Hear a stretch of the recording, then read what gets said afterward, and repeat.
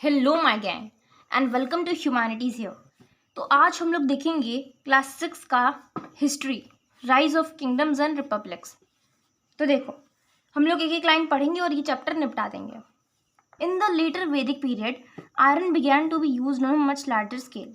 देखो, जब letter Vedic period आया तो आयरन है, तो आयरन की जो मतलब लोहा, ठीक है, तो इसका जो यूज़ है, इसका इस्तेमाल बहुत ही ज़्यादा होने लगा। The thick forest of the Ganga plains had not allowed for expansion in the region. देखो, थिक मतलब होता है बहुत घना, बहुत मोटा मोटा, ठीक है। तो फॉरेस्ट बहुत ज़्यादा था, है ना। और गंगा प्लेन्स के पास ये फॉरेस्ट था, तो ये मतलब गंगा के पास ये जो प्लेन था उसमें ये फॉरेस्ट था, और ये फॉरेस्ट बहुत ही ज़्यादा था। तो इस वजह से लोग इधर, अब जंगल रहेगा तो लोग इधर रह कैसे पाएंगे, तो काटना तो पड़ेगा ना उसको। But now, iron tools helped people to clear forest, where later bigger settlements developed. तो अब आयरन के जब टूल्स आना स्टार्ट हो गए ना, तो फिर यहाँ पे लोग जो हैं रहना, मतलब आयरन के टूल्स के हेल्प से फॉरेस्ट को कट करके यहाँ पे रहना चालू कर दिए। बाद में क्या हुआ कि ये जो लोग रहते थे वो बाद में जाके बड़े बड़े किंगडम्स बना लिए, और जो ज़्यादा बड़े टेरिटरीज हो जाते थे वो जनपद, मतलब कई लोगों के ग्रुप को मिला के जनपद होता क्या है। देखो, कई लोग रहते हैं, जब कई लोग जब एक जगह पे रहते हैं तो उस जगह को जनपद कहते हैं। The word janapada literally means the place where people put their feet. Janapada का मतलब होता है एक ऐसी जगह पे जहाँ पे लोग अपने कदम रखें, ठीक है। तो यहाँ पे कई, बेसिकली क्या था, ये कई लोगों का समूह था, और ये लोग, जैसे हमारा होता है ना, सिटी होता है, गांव होता है, गांव कैसे बनता है, कुछ लोगों को मिला के बनता है ना गांव, तो ऐसे ही जनपद था। द वर्ड जनपद, हाँ, the period of from 600 BCE to 400 BCE saw the information of many janapadas. तो इस वक्त जो है, इस वक्त के दौरान बहुत सारे जनपद्स बनना स्टार्ट हो गए थे। The larger and more powerful janapadas were called mahajanapadas. तो ऐसे भी देखो, जनपद्स तो थे ढेर सारे, ठीक है, लेकिन कई ऐसे भी जनपद थे जो बहुत मतलब बड़े बड़े थे, तो उनको जनपद ना बोल के महाजनपद बोला जाता था, क्योंकि वो बहुत ज़्यादा बड़े थे, ठीक है। अब देखो, द महाजनपद्स, अब हम लोग महाजनपद्स की बात करेंगे इधर। तो इसमें बोल रहे हैं कि the Vedic, Buddhist and Jain texts are important sources for this period. कई सारे ऐसे वैदिक, बुद्धिस्ट और जैन के टेक्स्ट यानी कि जो बुक्स लिखे गए हैं, उनमें से हमें पता चलता है इस समय के बारे में और जनपद्स के बारे में। They inform us that there were 16 janapadas in the Ganga valley in the 6th century BCE। तो अभी क्या चल रहा है, अभी चल रहा है 21st century, तो 6th century BCE में, ठीक है, तो उस वक्त जो है 6th century BCE में जो मतलब जनपद, महाजनपद थे गंगा वैली के पास, वो 16 थे टोटल। कितने थे टोटल? 16 थे, ठीक है। तो they were named after the ruling of the most important tribe in the area. और वो लोग जानते हो मतलब किस नाम से, जैसे कि मान लो कि कई गाँव का नाम, जैसे लाइक कोई राजा है, रूल कर रहा है, ठीक है, या फिर वहाँ के मतलब अलग अलग नाम रख दिए जाते हैं। तो वहाँ पे नाम रखा जाता था जो सबसे पावरफुल ट्राइब होता था, उसके नाम के आगे वो मतलब उसी के नाम पे वो गाँव, सॉरी वो जनपद या महाजनपद पड़ जाता था। महाजनपद दो टाइप के थे, एक रिपब्लिक और एक मोनार्की, ठीक है। तो रिपब्लिकन महाजनपद वो थे जो कि देखो, मोनार्की और रिपब्लिक, तो रिपब्लिक वो लोग थे, मतलब वो जन महाजनपद थे जो लोगों के वोट के द्वारा, मतलब लोग उनको चूज करते थे राजा को अपने, ठीक है। लेकिन इसमें कुछ हेरिडिटरी किंग का मतलब होता है कि ऐसा सिस्टम नहीं था कि राजा का बेटा ही राजा बनेगा, ऐसा नहीं होता है उसमें। मतलब हेरिडिटरी मतलब होता है कि राजा का बेटा राजा बनेगा, लेकिन बोल रहे कि there was no hereditary king, मतलब कि रिपब्लिक वाला जब सिस्टम आएगा तो उसमें कोई किंग नहीं मतलब रहेगा, ठीक है।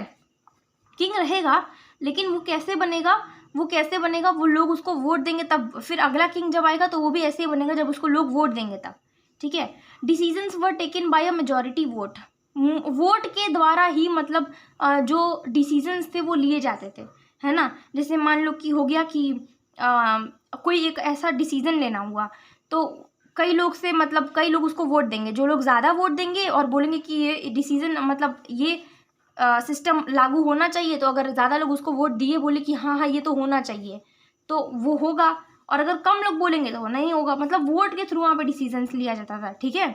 और the Shakyas and the Licchavis were some important republics, ये जगहों के नाम है महाजनपद के, जो रिपब्लिक जनपदास महाजनपदास थे।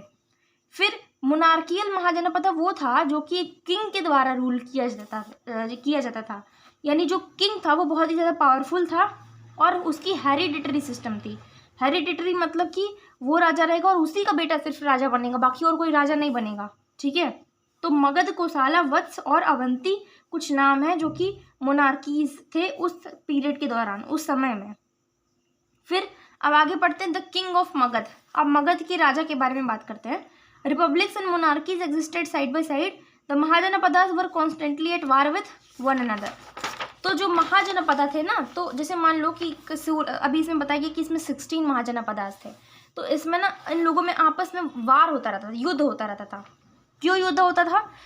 इनमें एक्सपेंशन ऑफ टेरिटरी और control of reverse over reverse के लिए, जैसे मान लो कि जैसे तुम जैसे 16 महाजनपदास थे तो आपस में ही लड़ते रहते थे कि उसका हम छेक लेंगे ज़मीन और उसका लैंड हम ऑक्यूपाई कर लेंगे, तो क्या होगा कि मतलब जैसे कि बड़ा हो जाएगा जो, और हम उसको बड़ा बना लेंगे, तो इस वजह से और मेरा जो जगह रहेगा वो नदी के पास रहेगा, ठीक है। तो खेती करने में या फिर रहने में सुविधा होगा, इन सारी चीज़ों में आसानी रहेगी। फॉरेस्ट के मतलब जो नदी उसके पास रहेंगे तो बहुत सारे बेनिफिट्स रहेंगे, ठीक है। तो ये सारी चीज़ें हुआ करती थी।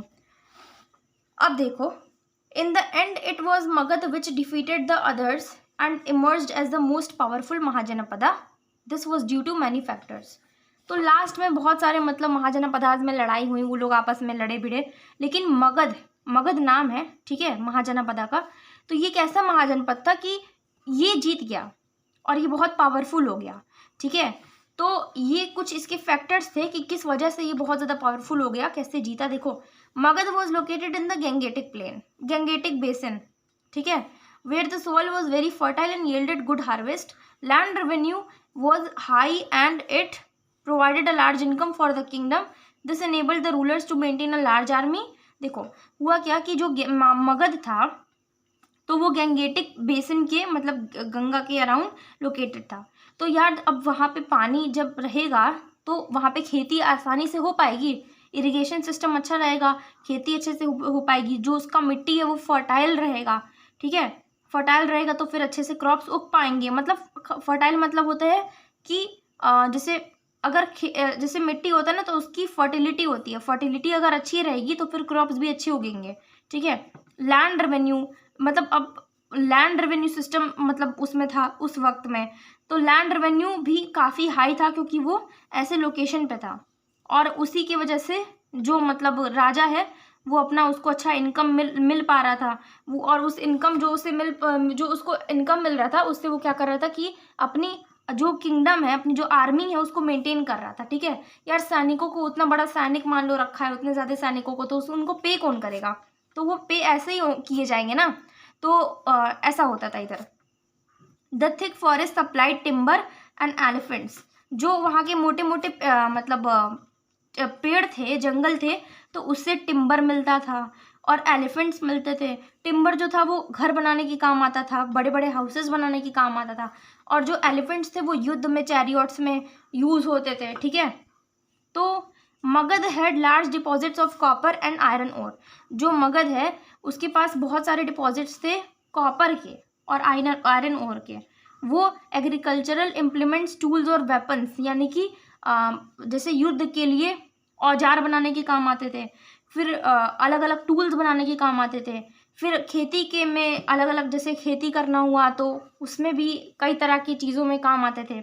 Magadh enjoyed a very favorable geographical location. The old capital of Rajagriha was surrounded by hills on all sides.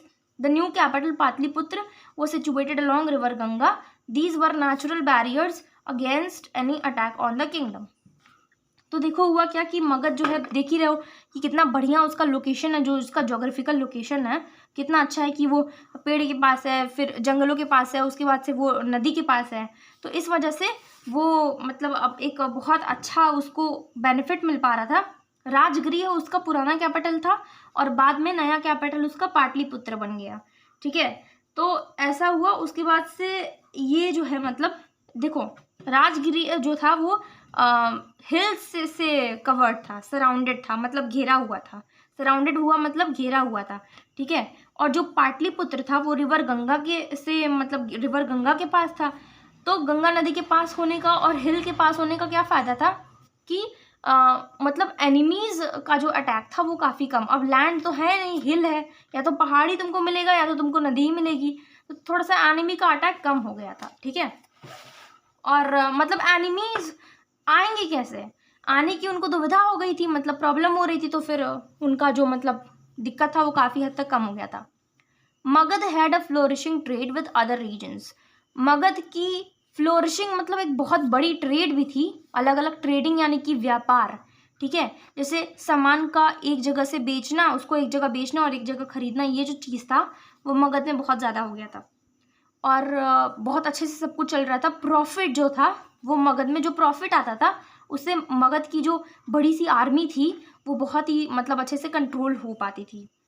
Magadh was ruled by very powerful king such as Bimbisara, Ajatashatru and Mahapadma Nanda who constantly expanded their territories. यार ये कुछ बहुत ही powerful rulers हैं जो कि मगध के थे। सबसे पहले बिम्बिसार, फिर उनके बेटे अजातशत्रु, फिर बाद में आए महापद्म नंदा, और ये लोग अपनी टेरिटरीज को लगातार बढ़ाते गए। ठीक है, देखो बिम्बिसार जो थे वो, इनका टाइम पीरियड ये है 542 से लेके 493 BCE तक। यार आप लोग में से कई बच्चे ऐसे होंगे जिन्हें मतलब BCE और AD में नहीं अंतर पता होगा, तो उस पर अलग से एक वीडियो बना देंगे। लेकिन देखिए ये जीसस क्राइस्ट है। ये समय देखो, समय को दो भाग में बांट दिया गया है। ठीक है, हिस्ट्री में। तो ये है जीसस क्राइस्ट। जीसस क्राइस्ट को तो आप लोग जानते ही होंगे, क्रिश्चियंस के जो मैसेंजर हैं, जिनको वो लोग पूछते हैं। ठीक है, जिस दिन क्रिसमस डे मनाते हैं, तो ये है देखो, तो जीसस क्राइस्ट का ये बर्थ का समय है और इसको कहते हैं ईयर बिफोर द लॉर्ड, इसको कहते हैं ईयर आफ्टर द लॉर्ड। ठीक है, तो इसमें है BCE, before Christ, before common era, और ये है AD यानी कि एनो डोमिनी। ठीक है, या फिर इसको हम लोग एक और चीज़ कह सकते हैं, इसको हम लोग CE भी कह सकते हैं, कॉमन एरा। AD या फिर CD यानी कि एनो डोमिनी या फिर कॉमन एरा। तो ये जीसस क्राइस्ट के बर्थ का जो पहले का समय है उसको हम लोग BCE से डिनोट करते हैं, यानी कि बिफोर कॉमन एरा। फिर CE हम लोग बोलते हैं कॉमन एरा। समझ में आया? अब देखो अब समझ में आया BC क्या लिखा है। ये जीसस क्राइस्ट की बर्थ के पहले का समय, बिफोर कॉमन एरा या फिर बिफोर क्राइस्ट, ये C यानी कि कॉमन एरा या फिर कॉमन एरा या फिर AD यानी कि एनो डोमिनी। ठीक है, तो देखो ये बहुत, बिम्बिसार जो थे वो मगध के पहले बहुत इंपॉर्टेंट रूलर थे और वो राजगृह को अपना कैपिटल बना लिए जो हिली एरिया था। और बाद में he expanded the kingdom by conquest. Conquest मतलब कि जीत गए थे युद्ध करके। ठीक है, तो ये अपना एक्सपैंड मतलब ये अपना किंगडम जो है ना फैलाने लगे। ठीक है, इसको और बड़ा बनाने लगे। जैसे बाकी के जो जगह थे उनको युद्ध कर करके ये जीत लेते थे। पहले क्या होता था, युद्ध करके लोग जीतते थे। ठीक है, अब देखो तो वो ना क्या किए कि जो ये एक देखो, marrying princesses of powerful kingdom such as Kosala, Vaishali and Madra. ये लोग ना क्या करते थे कि पहले कई सारी इनकी पत्नियां हुआ करती थी। तो प्रिंसेस मतलब इनकी जो प्रिंसेसेस थी यानी जिनसे ये शादी किए थे, कोसाला, वैशाली और मद्रा के प्रिंसेसेस राजकुमारियों से, तो ये शादी किए और फिर लड़कियां वो थी तो लड़कियां भी, उनका भी जो ज़मीन था वो इन्हीं को मिल गया। तो इस तरह से ये अपना किंगडम फैलाते रहते थे और अपने आप को और पावरफुल बनाते रहते थे। He conquered Anga which had a river port called Champa. ठीक है, तो यार आई नो कि आई कैन अंडरस्टैंड कि नाम थोड़े से यहाँ पे अजीब अजीब है, अंगा, चंपा, वैशाली, मद्रा, ये तो वो। लेकिन यार देखो हिस्ट्री है ना, तो आप लोग अभी तक क्लास 5 तक SST पढ़ रहे होंगे, सोशल स्टडीज़, लेकिन क्लास 6 से आपके पार्ट्स ब्रेक हो गए हैं। लेकिन थोड़ा सा तो चीज़ों से डील करना पड़ेगा ना आपको, तो परेशान ना होइए। आपको जो सब्जेक्ट में प्रॉब्लम होती है आप लोग बता दीजिए, उसका वीडियो आप लोग को मिल जाएगा। ठीक है, देखिए फिर और अगर आप लोग को नोट्स चाहिए या फिर इंपॉर्टेंट क्वेश्चंस चाहिए जिनकी एग्ज़ाम में आने की प्रोबेबिलिटी बहुत ज़्यादा है, या फिर आपको एक ऐसा वीडियो चाहिए जिसमें आपको एग्ज़ाम की सारी चैप्टर्स एक ही में कवर हो जाए और शॉर्ट में, तो प्लीज़ बता दीजिएगा, ठीक है। वो भी बन जाएगा आपके फाइनल एग्ज़ाम्स के लिए। ओके, तो आगे बढ़ते हैं। तो ये जो ये है ना मतलब बिम्बिसार, तो ये अंगा को भी हरा दिए। अंगा क्या था? एक ऐसा मतलब जगह था जो कि जिसके पास रिवर पोर्ट था जिसका नाम है चंपा, ठीक है। It was an important centre of trade and commerce, यानी कि व्यापार का जो सेंटर था वो एक व्यापार का बहुत बड़ा सेंटर था, इम्पॉर्टेंट सेंटर था, ठीक है। उसकी बहुत बड़ी अहमियत थी। फिर अजातशत्रु जो थे वो बिम्बिसारा के पुत्र थे, ठीक है। तो वो अपने पापा के जैसे ही यही करते थे, पॉलिसी ऑफ कॉन्क्वेस्ट और एक्सपेंशन। कॉन्क्वेस्ट एंड एक्सपेंशन मतलब देखो, कॉन्क्वेस्ट मतलब हरा देना, एक्सपेंशन मतलब फैला देना। वो भी यही काम करते थे। वो भी क्या करते थे कि लोगों को हरा के और फिर वो जगह अपना बना के और उसको फैला देते थे, उनकी जगह और फैल गई, बड़ी हो गई। तो ही defeated the king of कोसाला and occupied Kashi. तो कोसाला के राजा को हरा दिए और काशी के ऊपर कब्जा जमा लिया। जब अजातशत्रु का कंट्रोल आया तो ये तो बिम्बिसार से भी ज़्यादा मतलब अच्छा कर रहे थे, ये बहुत अच्छा परफॉर्म कर रहे थे। और मगध जो है वो और भी ज़्यादा पावरफुल होता गया, ताकतवर होता गया, ठीक है। अब देखो 461 BCE से लेके 364 BCE तक का समय है ना। तो यार देखो, अजातशत्रु वो सक्सीडेड बाय वीक रूलर्स। तो यार अभी अजातशत्रु तक तो ठीक था, लेकिन अब उनके बाद जो आए ना वो बहुत वीक रूलर्स थे। तो शिशुनागा जो थे वो रूलर बन गए मगध के अजातशत्रु के बाद। और फिर ये 50 साल तक करीब इनका रूल रहा, ये और इनके सक्सेसर्स, मतलब इनके बाद जो लोग आए, लेकिन वो लोग हटा दिए गए। तो इसके बाद आए महापद्मनंदा, ठीक है। तो नंदाज के द्वारा इन्हें हटा दिया गया। नंदाज इनको मतलब अभी तक तो ये लोग जीत रहे थे, अभी इनकी ये जो जीतने की जो अब ये सारी चीज़ें हैं ये सारी ख़त्म हो गई और नंद डायनेस्टी आई, ठीक है। तो द नंदाज लेड बाय महापद्मनंदा। तो महापद्मनंदा जो थे वो नंदा ग्रुप के मतलब हेड थे। तो वो जो थे वो बहुत बड़ा एम्पायर मतलब अपना बना लिए और शिशुनागा को और उनके लोगों को हरा के। फिर however we do not know much about देखो महापद्मनंदा के बारे में और उनके सक्सेसर्स मतलब उनके बाद जो लोग आए तो उनके बारे में हमें नहीं मतलब ज़्यादा इसमें इंफॉर्मेशन दिया गया है। जो लास्ट रूलर थे वो धनानंद थे, इतना पता है, ठीक है। तो पहले महापद्मनंदा के बारे में बताया गया, फिर सीधा धनानंद के बारे में बताया गया और बीच में कहा गया कि हमें नहीं पता कुछ खास मतलब हिस्ट्री के जो एविडेंसेस यानी जो प्रूफ है उस समय कुछ ज़्यादा खास पता नहीं लगा है। He was very unpopular among his people.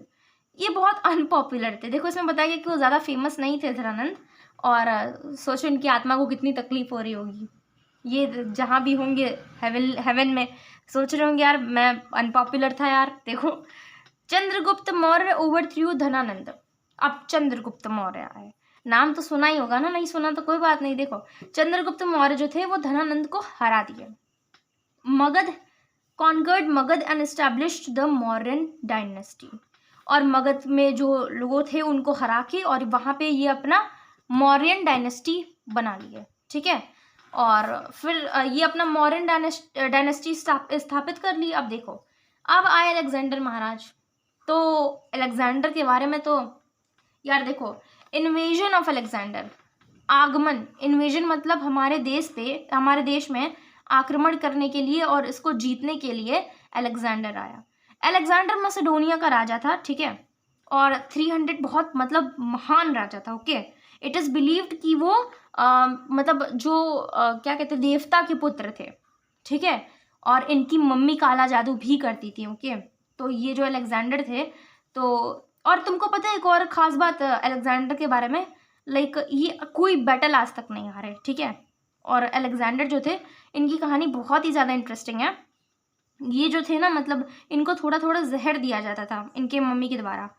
तो क्या हुआ ना कि मतलब ये इनके अंदर जो जहर सहने की जो क्षमता है ये बहुत अच्छी थी, ठीक है। मतलब इनको जहर सहने की जो इनके अंदर क्षमता थी तो बहुत असर नहीं होता था इनके ऊपर जहर का। देखो he set out to establish in, ये मैसेडोनिया के राजा थे ग्रीस में, ओके। तो he set out to establish the largest empire the world had ever seen. तो वो सारे जो एम्पायर्स थे उनको हराते गए और लास्ट में वो लार्जेस्ट एम्पायर अपना मतलब बनाना चाहते थे। तो सबको हरा के, देखो टर्की को, सीरिया को, इजिप्ट, पर्शियन एम्पायर, सबको हराने के बाद अलेक्जेंडर अपनी आंख डाला इंडिया पे। ठीक है, अलेक्जेंडर इन्वेडेड इंडिया, क्योंकि उनकी मम्मी उनको हमेशा से बोलती थी कि बेटा देखो, तुम्हें इंडिया पे जाके इंडिया पे कब्जा जमाना है, तुम्हें इंडिया पे अपनी हुकूमत जमानी है। ठीक है, तो इस बच्चे के मन में ये बैठ गया था, तो ये एक ख्वाब देखा था कि मुझे जाना है। ठीक है, तो Alexander invaded India in 326 BCE। Alexander India में आए 326 BCE में।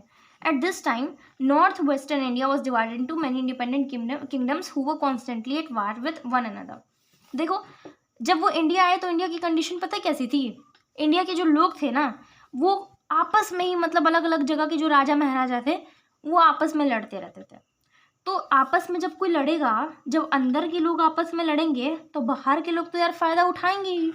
तो इसी बात का अलेक्जेंडर फ़ायदा उठाया और अलेक्जेंडर डिफीटेड देम ईजिली, और अलेक्जेंडर आसानी से सबको हरा दिया। ठीक है, लेकिन अलेक्जेंडर और पोरस, देखो यहाँ पे पोरस है कि जब अलेक्जेंडर इंडिया आया ना तो फिर पोरस जो थे, पुरुषोत्तम, महाराज पुरुषोत्तम जिनको बोला जाता है, तो ये बहुत ही मतलब महान राजा थे, महाराज पुरुषोत्तम।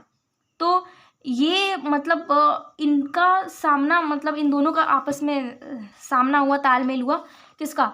महाराज पुरुषोत्तम, जिनको पोरस कहा गया है इधर, और मतलब इनके बीच में और अलेक्जेंडर के बीच में। तो जो पोरस थे वो झेलम और चेनाब, ये भी बहुत महान राजा थे। झेलम और चेनाब नदी के पास ही मतलब ये रहते थे ये लोग। और Alexander defeated Porus and then moved eastward to conquer Magadha. Alexander Porus को भी हरा दिए और फिर ईस्टवर्ड आए, मगध आए। ठीक है, अब मगध को वो कब्जा वहाँ पे जमाने के लिए। Alexander wanted to go further but his soldiers refused. तो यार मतलब पोरस से लड़ने के बाद जो अलेक्जेंडर था, उसके जो सोल्जर्स थे वो बहुत ही ज़्यादा, उनके जो सैनिक थे बहुत ही ज़्यादा टायर्ड हो गए थे। और मतलब मगध की जो आर्मी थी, उन लोगों को, मगध की जो सेना थी उसको देख के बहुत ज़्यादा भयभीत, यानी डर गए थे, फियर में थे। सोच रहे थे यार मतलब अब जाएंगे तो इनसे कैसे लड़ेंगे, जो इनकी आर्मी थी। ठीक है, अलेक्जेंडर के पास कुछ चॉइस नहीं था और ही डिवाइडेड द टेरिटरीज। तो अब क्या किया ना अलेक्जेंडर की, अपने जो टेरिटरीज थे उनको, अपनी जो टेरिटरीज थी जिनको वो जीता था इंडिया में, उसको वो 3 पार्ट्स में बांट दिया और सबको एक जनरल के कंट्रोल में लगा दिया। ठीक है, जनरल, तो जैसे कि स्कूल में आप सुने होंगे कि जनरल सेक्रेटरीज होते हैं ना, उस टाइप से। तो जनरल को, मतलब एक जनरल को हर एक 3 ग्रुप में बांटा। तो एक में जैसे एक में हर एक ग्रुप में एक जनरल था। Alexander then return to his homeland. फिर अलेक्जेंडर अपने होमलैंड गया। फिर Alexander however never reached Macedonia. यार देखो, अलेक्जेंडर कभी मैसेडोनिया पहुंचा ही नहीं। मैसेडोनिया ही उसका घर था ना, वहीं का वो राजा था ना। तो अलेक्जेंडर बहुत रहस्यमयी तरीके से राजा बना था। ओके, तो उसको कोई बनाया नहीं था, वो मार के सबको बन गया। बहुत मतलब खतरनाक था, इसकी कहानी बहुत ही ज़्यादा इंटरेस्टिंग है, बहुत हट के है ये। तो अब क्या हुआ ना कि वो बेबीलोन में इसकी डेथ हो गई 323 BCE, और वहीं की एक प्रिंसेस से इसकी शादी भी हुई थी। प्रिंसेस, हाँ, after his death in fighting broke out among the Greek generals in India. जब वो ख़त्म हो गया तो जो ग्रीक जनरल्स थे वो आपस में मतलब फाइट करने लगे। Chandragupta Maurya defeated the warring opposing Greek generals and made Mauryans the supreme power in India. तो अब क्या हुआ कि after his death in fighting broke out among the Greek generals in India. Chandragupta Maurya जो थे किसको हरा दिए? ग्रीक जनरल्स को, और Mauryas and made Mauryas the supreme power in India. उस टाइम मौर्य, जो मौर्य डायनेस्टी थी, वो बहुत ही पावरफुल डायनेस्टी बन गई थी। अब यहाँ पे हम लोग कुछ चीज़ें देखेंगे। इम्पैक्ट ऑफ अलेक्जेंडर्स इन्वेजन, कि अलेक्जेंडर जो मतलब इंडिया आया तो फिर उसके इंडिया आने पे क्या प्रभाव पड़ा। ठीक है, for the first time Europe came in close contact with India. 4 different trade routes open up between Europe and India. This promoted trade relations between the two. तो पहली बार के लिए, मतलब ये बहुत पहली बार था कि इंडिया, यूरोप के और इंडिया और यूरोप ये दोनों एक दूसरे के करीब आए थे। ठीक है, और इस वक्त जो है ना व्यापार का जो द्वार था, यानी कि जो सामान जो था कि एक जगह से दूसरी जगह तक जाना, और ये सारी चीज़ें खुल गई थी। तो 4 अलग अलग ट्रेड रूट्स खुल गए थे। ठीक है, इसकी वजह से जो ट्रेड रिलेशंस है, यानी कि जो व्यापार का जो रिलेशन है वो बहुत अच्छा हो गया था। Greek historians provide details of Alexander's campaign in India, including dates of various events. This has helped in establishing definite dates for subsequent events. The Greeks also wrote about the social and economic conditions prevailing in the then India. तो देखो इस वक्त क्या था ना कि जो Alexander की मतलब अलेक्जेंडर जो कुछ भी किया था तो उसके जो ग्रीक जनरल्स थे उस चीज़ का डेट देते थे, ठीक है। तो इस वजह से जो इकोनॉमिक सोशल कंडीशन जो भी हो रही थी वो सब हमें पता है। Alexander's invasion weakened the small kingdoms in north western India. अब अलेक्जेंडर देखो बहुत पावरफुल था यार, वो बहुत पावरफुल था, ठीक है। उसके पावर की कोई सीमा नहीं थी। ऐसा माना जाता है कि वो देवता का पुत्र था, ठीक है। तो हुआ क्या था कि मतलब देवता का आशीर्वाद लगा था उस पर, तो इसलिए वो कभी हारता ही नहीं था यार। देखो तो वो ना मतलब जब आया तो नॉर्थ वेस्ट इंडिया में चुक्कू मुक्कू राजा थे और वो लोग आपस में लड़ा करते थे, और इस वजह से इस चीज़ का फ़ायदा उठा के अलेक्जेंडर मतलब एकदम पावरफुल बन गया, इन सब लोगों को हरा दिया। This help Chandragupta Maurya to lay the foundation of the Mauryan dynasty. इस के बाद जो है चंद्रगुप्त मौर्य जो है वो मौर्यन डायनेस्टी स्थापित कर पाए, ठीक है। अब देखो the cultural contact between the Greeks and the Indians gave birth to a new school of art called the Gandhara school of art. जो ग्रीक्स थे अलेक्जेंडर के आने पे, तो ग्रीक्स और इंडियंस का जो मिक्स्ड कल्चर था, कल्चर यानी कि देखो जैसे आप केरला में चले जाओ आपको अलग तरह के लोग मिलेंगे, मतलब लोग यही रहेंगे लेकिन उनका खाना पीना त्योहार, ठीक है, कपड़े, हर चीज़ें जो हैं अलग मिलेंगी। आप नॉर्थ में चले जाओ यूपी बिहार के साइड, तो इस साइड जो है मतलब आपको अलग ही मतलब मिलेगा। तो अलग अलग जगह पे आपको अलग अलग तरह के कल्चर्स मिलेंगे, ओके। तो अब क्या हुआ कि मतलब ग्रीक के लोग मिले और फिर इंडिया के लोग मिले आपस में, तो इन लोग का अपना अलग अलग कल्चर था, ये लोग अपना अपना कल्चर शेयर किए एक दूसरे से, है ना। और उसके बाद से एक स्कूल आया, स्कूल था जो था गांधार स्कूल ऑफ आर्ट। अभी आप यहाँ पे चंद्रगुप्त मौर्य के बारे में देख लो। तो according to some sources Chandragupta belong to a tribe called the Mauryas. तो कुछ ऐसे हिस्टोरिकल सोर्सेज हैं जिनसे ये पता लगता है कि जो चंद्रगुप्त मौर्य हैं वो मौर्यास एक ट्राइब है, उससे बिलोंग करते हैं, उससे ताल्लुकात रखते हैं। He grew up among काउहर्ड्स and hunters, मतलब भेड़ बकरियों के बीच में और हंटर्स यानी शिकारियों के बीच में पैदा हुए थे, मतलब ये पले बड़े थे। तो चाणक्य जो थे, चाणक्य देखो अब आ गए, तो ये बहुत ही एक लर्नेड ब्राह्मण थे। तो ये क्या किए कि ये चंद्रगुप्त को खेलते हुए देख लिए, जो कि ग्रुप ऑफ चिल्ड्रन थे उनके बीच देख लिए कि चंद्रगुप्त उन लोगों को मतलब लीड कर रहे हैं, मतलब जैसे होता ना गेम में बॉस बनना, तो उस तरह की कंडीशन में चंद्रगुप्त मौर्य को चाणक्य देख लिए, है ना। तो चाणक्य जो थे वो चंद्रगुप्त मौर्य को कहाँ लेके गए, तक्षशिला, ठीक है। चंद्रगुप्त को वो तक्षशिला एक यूनिवर्सिटी थी उनकी, मतलब उस यूनिवर्सिटी के ये प्रोफेसर थे, है ना। तो वहाँ पे लेके गए, जिन्हें आलिम भी कहते हैं प्रोफेसर को। तो there he trained him in martial skills. वहाँ पे ये क्या किए ना कि मार्शल स्किल में, मार्शल आर्ट्स में और रेसलिंग में, फिर स्वॉर्ड्समैनशिप में, अलग अलग गेम्स में चंद्रगुप्त को ये ट्रेन किए। और फाइनली चाणक्य की हेल्प से चंद्रगुप्त जो थे वो नंदा को हटा के और Magadha, Chandragupta overthrew the Nandas and conquered Magadha. अब चंद्रगुप्त क्या किए कि नंदास को हटा दिए और मगध मतलब वहाँ पे अपना राज करने लगे, ठीक है। तो यहाँ पे आप देखे थे ना कि मतलब कैसे धनानंद को चंद्रगुप्त मौर्य हटा दिए, तो वही चंद्रगुप्त मौर्य की यहाँ पे थोड़ी सी बात कही गई है। तो ये आपका चैप्टर एंड होता है। तो all the best, keep studying, see you in the next video.